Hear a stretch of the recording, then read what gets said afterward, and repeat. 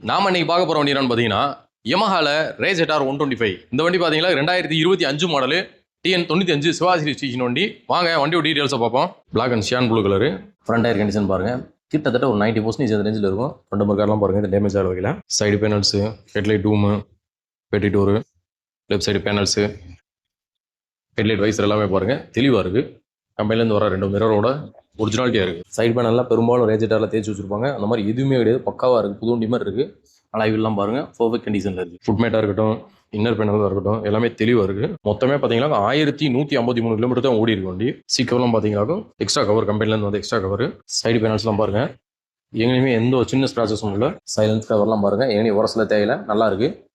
Rear டயருமே பாருங்கள், அதுவுமே ஒரு 90% இருக்குது. ரியர் மர்க்காடு, டேஞ்சலைட் அசம்பிளி, பில்லியன் ஹேண்டிலு எல்லாமே தெளிவாக இருக்குது. லெஃப்ட் சைடு பேனல்ஸுமே பாருங்கள் பர்ஃபெக்ட் கண்டிஷனில் இருக்குது. எங்கேயுமே எந்த ஒரு சின்ன ஸ்க்ராச்சஸும் இல்லை. இந்த 1100 கிலோமீட்டர் ஓடி இருக்கக்கூடிய யமஹா ரேஸ் எட்டார் 125 நம்ம கம்பம் நார்ஜினா மோட்டார்ஸில் நாங்கள் எதிர்பார்க்குற விலை பார்த்தீங்களாகும் 87,000 அந்த ரேஞ்சு எதிர்பார்க்குறோம். நேரில் வாங்க, அதுலேயும் எங்களால் எவ்வளோ பெஸ்ட்டாக பண்ண முடியும் பண்ணி தரேன். நன்றி, வணக்கம்.